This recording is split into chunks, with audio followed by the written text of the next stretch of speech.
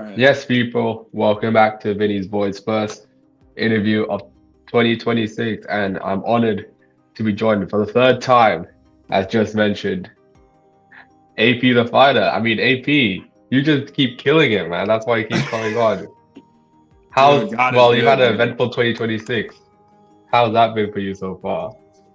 Bro, God's good, man. God's really good. Last year I fought like four times, won all those. I think we interviewed with CFL first, right? It was the Yeah, CFL well, thing. CFL first. And Yeah, then bam, got the first brand risk one, and then bam, now we're here again, bro. God's good, yo. exactly. So obviously, for the viewers who are unaware, AP fought on it was January 23rd brand risk card Yeah. against none other than Gabe Silva and came out victorious. So before we get into the fight, talk to me about initially getting that opportunity and how you felt, getting such a huge name and a huge prospect in the scene such as Gabe Silva. Hey man, I was comfortable. I was comfortable. I was honestly more nervous for the Vinny fight just because it was my first time being on a platform that large. But I was comfortable, man.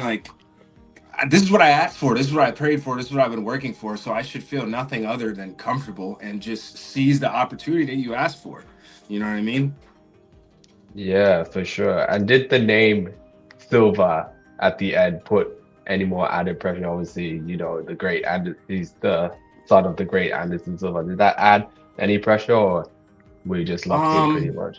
I wouldn't say it did, man. I wouldn't say it did. You know, I I honestly didn't think Gabe was going to be as game as he was. I thought he was going to be worse, but he's actually a very slick, very technical, defensively sound boxer. Um, but the name didn't scare me, man. I know who I am, and I know what I'm bringing to the table, man. So like, yeah, I'm as formidable as any legendary fighter on the planet, bro. Bro, I could stand toe to toe with Silva himself, Anderson himself, bro. You know what I mean? Yeah, who knows? Who knows? Maybe a fight made in the future, hopefully. You never know, That'd be Just crazy. because I want to speak onto your journey because not long ago you were fighting on Sword 7, which is obviously linked to Breakout and all that, and just within like what, a year and a bit, you Dude, you've not made even a such year. a stark rise within the influencer boxing scene. So I would like to, go back to that Sword 7 version of yourself and what would you tell him right now and where you are right now? Because you've honestly just hit so many high levels really quickly. Like what would you tell that version of yourself, just fighting on Sword Bro, 7? I would tell that version of myself that was fighting for that break on that breakout card to not worry. Everything is going to be just fine. You know what I mean? I had the Yeah, exact mindset and approach to everything to get me to this point. You know what I mean? Just train as hard as you can, post as much as you can, make as much content as you can, and most importantly, have faith in God and you will get where you're going. So, one sentence, don't worry, it's all going to be fine. Literally. exactly. So I'd like the let it all work out sort of sentence, and it all worked in the end. Now, with obviously you were part of Sword 7, this whole breakout thing, I've had the pleasure of talking to many breakout people, and look, if I'm being honest, like not in a term of a hateful way, but in a term of, let's say, advice, like not many people from that scene sort of make, what you do, what Divine's doing now, what Tactica is doing. What advice would you give to the people in breakout who obviously want to further along in the influencer scene? Like, what advice would you give to them, and how could they potentially implement it in order to make it a reality like you did? Man, and the thing is, I've given them this advice too. I've joined spaces numerous times telling them what they need to do. I don't have all the keys, I don't have all the answers, but I have a couple of things that'll lead you in the right direction. I told them all the time, over and over, I'm like, if you guys want this scene to be something, especially Lesnar and Pat, they're the CEOs of it, so they have to force these individuals to do these things. These individuals need to be creating some sort of content and putting it out online at the very least. I'm not even asking them to train like a professional athlete. You don't have to do that. Like, this is not, that's not what this is. The influencer scene has its entertainment fights, and then it has its, oh, this is a high level skilled matchup. You know what I mean?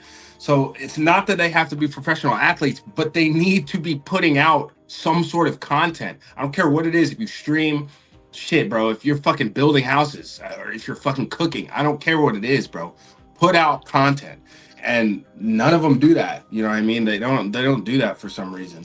I'm like, bro, if you want to get on Misfits, if you want to get on Branders, if you want to get on Crypto Fight Week, whatever the case might be, like you have to have some sort of following. You have to have some sort of pull. You know, these guys hit us up all the time. Not even, well, yeah, these guys and other people too. They're like, bro, how did you get on Branders? How'd you do it? How'd you do it? I hear so many times. How'd you do it? These individuals think it's, oh, I just tell Jordan Galen, hey, I want to get on here, and I get on here. Like, no, dog. It was multiple pieces of a puzzle put together in the most intricate fashion imaginable. You know what I mean? Right. Yeah, I mean, it's not as if you could just wake up one day and be like, "Yo, Aiden, I'd like to be on a Like, brand bro, new card. Just what? put me on." Yeah, yeah, just get me on Brandon. It's like, dude, you're crazy, bro. Yeah, yeah, and I think, yeah, and I agree with you. And it sort of like links to a lot of things. You could say life in general. If you don't, put in the work, you don't, and don't like, let's just say, don't like strive for it. Like, you can't expect everything to like fall into your lap Exactly. because it's clear. Like, obviously, I mentioned Divine and Tacticai. They clearly put in that effort and Yes. look at them now. I'm sure Divine, you know, hopefully this year should be getting a Misfits fight. I think I because hope so, man.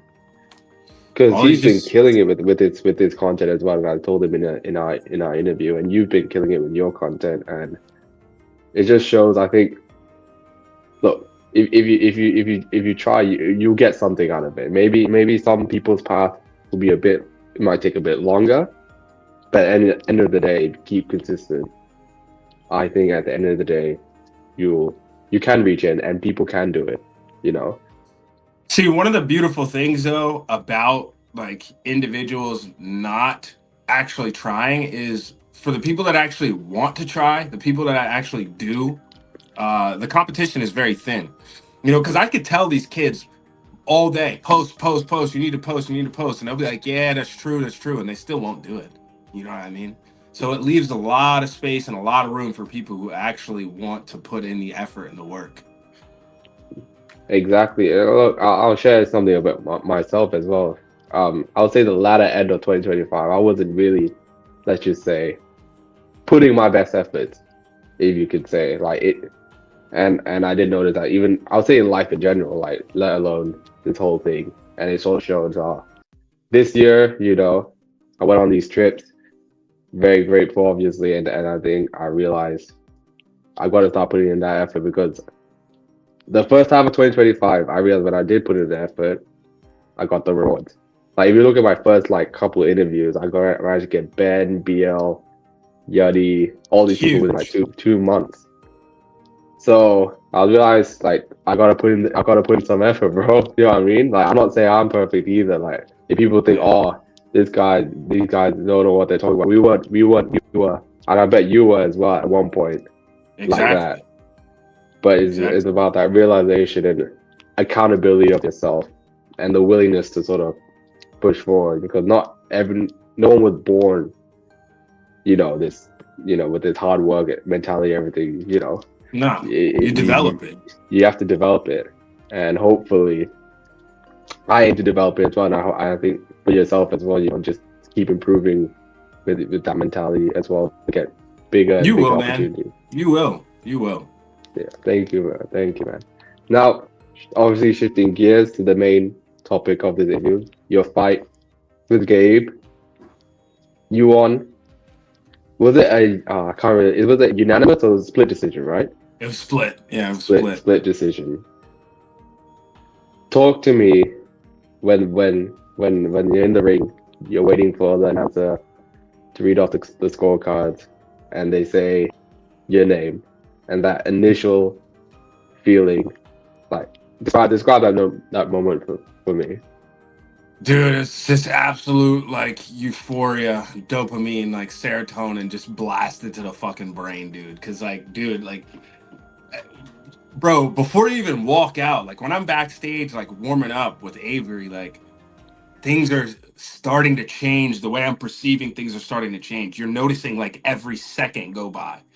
You know what I mean? So like when he pulled my glove off and I'm walking up to the middle and I hear split decision, bro, everybody was like, "Oh man, I heard split," and I was like, "Oh, you might get robbed." This, that, and the third. Da, da, da. Bro, nothing came to my mind at all, but God, but Jesus. Like, no, I kid you not. And it sounds corny, but that's I'm explaining you what I was thinking. I pulled the glove off. I didn't feel any negative emotion whatsoever. Nothing. When I heard split, all I thought to do was just point up, bro. Point up. And bro, like he delivered. He delivered on that John, bro. He delivered, dog. Like that was like, bro, that was such a war, such a battle. And to, pull it out by split decision and wow the crowd the way we did with, the combatives and whatnot, like the story couldn't have been written better. Yeah, and I was when I saw that, I think, yeah, what was I? I think I just got back from because we were exploring the city that day, and I remember seeing it. I was like, damn, I'm so happy for you. I was like, damn, like I was so happy. I was like, I gave a little cheer in the middle of Shanghai. I was like, oh, I couldn't believe it. I was like, I'm very happy because obviously I had you on when you were at CFL, and you always talked about this whole, making it, and now not even like when was that interview? Like 6 to 8 months ago, Yeah, bro, it maybe. hasn't even been a year. My Sword 7 fight was March 21st. So, it hasn't even been a year, man. It's been like a Oh, solid, not like, even a year. Oh yeah, I just bro, clocked that. nah, It was it March literally hasn't even 2025. been a year, which is insane. Like, so crazy to think about. Wow. So yeah, I mean, yeah, I couldn't be happier. And I was like, damn. Well, like, congrats, man. And after the fight, did you get any sort of, let's say, fight congratulations from any, like, let's say, special people? Did Aiden say anything to you, for example? For Yeah, I example? mean, when I was getting out the ring, he said, "Happy birthday. We're going to see you again at the next one. We got you with that contract." Da, da, da, da. Jordan Galen called me, said a lot of good things. Hope to be working with Brand Risk here over the next year for sure. One of the ones that actually really stuck out to me though was Scam Likely.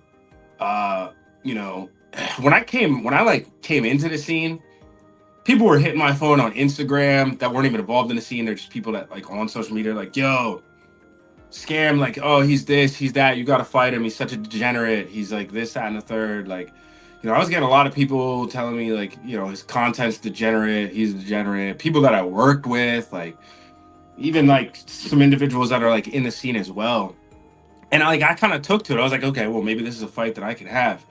But bro, like this dude is so chill. He's so cool. Like he's literally just a bro. He's literally a bro. And like the stuff that he puts out online obviously is attention grabbing for different reasons. He's talking about gooning and shit. But he's actually a cool ass motherfucker. He came up to me after the Gabe win and it was after his fight. He was like, bro, like, I could tell when, people don't come from a lot and like this is what they got going on and shit like that. So for you to go out there and win that fight by split decision, he quote unquote, he said it warmed my heart. When I heard that, people say good job, people say good shit, bro. Like, oh, you knocked him out, da da da. Bro said it warmed his soul. Like, dog, like that's some real shit, bro. You can't tell me that's not real shit. And he was like, man, I don't even know. I don't even think you know what you just did. Like beating Gabe Silva, the hype around his name, and you shut it down. Good job. I'll catch you later type shit. And I was just like, all right, he a real ass nigga for real. You know what I mean? Yeah. Sorry, sorry about that. But yeah, I You're good. mean, yeah, that's quite interesting to me, man. Again, I do agree with Cam. Like Gabe Silva, not like some easy walk in the park type of opponent. Gabe Silva, very technical. Obviously, fought Misfits a number of times, and now been fighting with Brand Risk. And speaking on Misfits now, obviously you have such a great relationship with Brand Risk, and I'm sure with Galen and Aiden at this moment in time. But would you be down, let's say, sometime in the future, if Misfits come knocking on your door, man's comes into your DMs, would you not like that, but if Yeah, if, I know if what you mean, man's bro.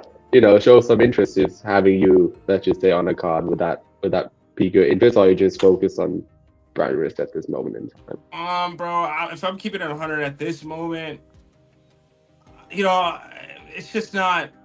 I'm focused on brand risk, and then once Yeah. I'm done here with brand risk, I want to go for a WBO, WBA, IBF, one of those legit pro level Oh, belts. okay. That's my move after this brand risk stuff. Is said Okay. and done. I mean, I'm going to use brand risk as a proving ground to really refine and sharpen my skills, and then take that to like that type of a level, the world class level. And then maybe after that, I'll hop on Misfits or something like that when I'm done shooting for that goal. Nothing against Misfits. I love the show that they run. Mams Taylor's cool. Everybody involved in Misfits is cool. I fuck with what they put on. It's different. It's more like like. Don't get me wrong, brand risk, they have professional fights, but it's got a different vibe. It's like almost fight clubby. It's very, very different vibe, very cool. Yeah. Whereas Misfits puts on the big like arena shows and whatnot. So nothing against Misfits and whatnot, but I'm focused on brand risk. And then once my contract runs out with them, maybe resign. But I want to focus on getting an actual legit boxing championship, world championship. Wow. So, wow, going down the pro route. That well, that's interesting. That's interesting. If you don't mind me asking, when did this sort of goal, like, come to your mind, or was this always the goal since you started? Nah, it wasn't always goal. I started out as a kickboxer, Muay Thai guy trying to go into MMA, and then I run into this influencer scene, and I'm like, okay, well, this is a good start to do before MMA. Like I wanted to do Yeah. MMA, but then after the first brand risk and then beating Gabe Silva, and then the Gabe Silva fight being my first pro fight, and then I won. I'm like, man, doesn't really make much sense to try to do this MMA thing when I have momentum, real momentum in the boxing world. Like, I might as well Right. just stay here. So it was about like a week ago, maybe 2 weeks ago. I was on ChatGPT at night, and I looked up. I said, "How many championship belts are in the boxing world?" It said there's like 4 big promotions. Each promotion has like 17 weight classes, and each weight class has like a silver, a gold, and then a world title. And I was digging deep. I was like, what are the percentages that I win, silver, gold, and then the world title? And what weight classes like would be optimal, like what makes the most sense. And the game plan that I devised with ChatGPT was very specific, and it made a lot of sense. And it said I had about like a 8-9% chance of actually getting a world title out of it. So I was like, screw it, like this is what we're doing. You know what I mean? Yeah. Yeah. Wow. No, that's really like cool, and very, like, I would say, very forward thinking, because I'll say people in this scene, they don't really have like set goals or set game plan, whereas you do. And look, man, like, just not even a year ago you're on Sword 7. Now you're forward fighting Gabe Silva, and who knows, maybe in a couple of years time I might be interviewing you again with it, and you have your world title Nah, wrapped dude, that's around. the plan, bro. That's the plan. Yeah, I mean, I think another something I want to touch on as well. I think in this day and age, people I'll say, are sort of fearful to go for their, let's say, their dreams, their goals. That's Hmm. what I've noticed, because, like, it's always what other people will think, right? And this is Correct. just completely off topic, because I think you just Not really. You're willingly, good. yeah, you just shared that you obviously want to go for the pros, right? And I think that's great. But, like, I'm sure other people will be like, "Oh, this guy can't do it. Oh, Of what's this course. guy talking about, bro? What's this influencer talking about?" You know what I mean? Mhm. And would you say, when you were going for obviously this sort of whole boxing thing, not necessarily the people online, but you're going around, actually, let's say the people in your actual, like, real life circle, your close family members or friends or whatever. Were they like underestimating you, like, oh, bro, what are you doing? Like, or were they quite supportive? Like, talk to me about that and the initial stages before obviously you've had all this success so far. Man, I mean, the thing is, like, the people that I interacted with in real life, they're on board. You're not going to be around me if you're not on board. Yeah, It just doesn't work out. Like, the way I live my life and the way I try to live my life, it naturally edits people out who like are fugazi, who, you know what I mean, might have ill intention, or they're just not going to hang around me. You know what I mean? The truth will make itself evident. Everybody that's on the team is for what I got going on, and I'm for what they got going on. You know what I mean? So yeah, we're all focused on the same goal, which is inevitably freedom. Um, right. so we're all focused on the same goal. Obviously, online, you got people saying this, you got people saying that. It's kind of weird. Like, some of these individuals, like, they'll literally watch every story you post, watch all of your content, and then DM you a paragraph about why you're shit. You know what I mean? So it's just like, you can't even really pay attention to them people. They're crazy. They're literally crazy. Um, but yeah, Yeah. everybody over here, we're all locked in. No, that's good to hear because obviously I've seen stories online that obviously people like not more of the innocent of being like, oh, what are you doing? Like why? Like, See, the why are you thing doing is this? though, it's like, it's crazy because, like, now that I'm doing this and I'm like got the momentum I got going, like, fake individuals do make themselves known by mistake. They do it by mistake. Like, I'd rather somebody say to my face, "Hey, I think you're a piece of shit and I want you to lose." I'll respect that because you said that to my face. But Right, yeah, there's a number of individuals who will pretend to support you, but through conversation and through, like, certain mannerisms that they have, you find out, like, oh, this guy doesn't actually have, like, my best intentions, and I can right. tell. So you do have to watch out for those individuals. Yeah, and I think again, I'll share something a bit myself. I didn't really tell anyone about this, well, other than I think my parents, but they don't really understand, like, know this stuff. Yeah. But when I told my cousin, like, literally December, and I told one of my friends, and they were like so shocked. They're like, "Wow, that's so cool!" Like, Dang, that's that you're sick. doing this. And then you at like 18, and they're like, "Well, you interview 18? Like, how do you interview 18?" Yeah, that's Like, crazy. well, I was like, oh, like, quite surprised because obviously people always, well, like when you do something like this at the start, people are like, "Oh, what are you doing?" It's a bit No, weird. literally.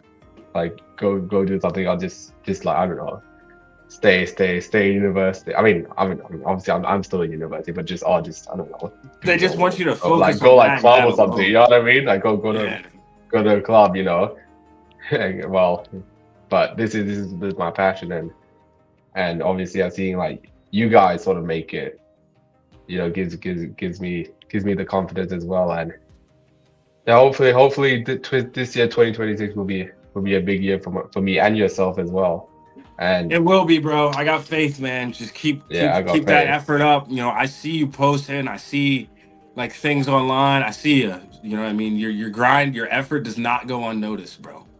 Thank you, bro. I appreciate it. And before we wrap up the interview, I mean, we're February now, 2026. It's a bit of a cliche question, but let's just say, what is one goal or main goal that you hope to achieve before the end of the year, let's say? Man, before the end of the year, I want to have fought on brand race like a good 4 to 5 times. Oh, Um, okay, wow. yeah, because I mean Uh, that's what we were talking about. I was talking to Galen on the phone. He called me like a week after the fight ended. He was saying, yeah, the guys that we work with, like, we want to grow with you and whatnot. Like, the guys that we work with, we like them to fight like a good 4 or 5 times. Now if it's a war like Gabe Silva, it'll be more like 2 or 3 times.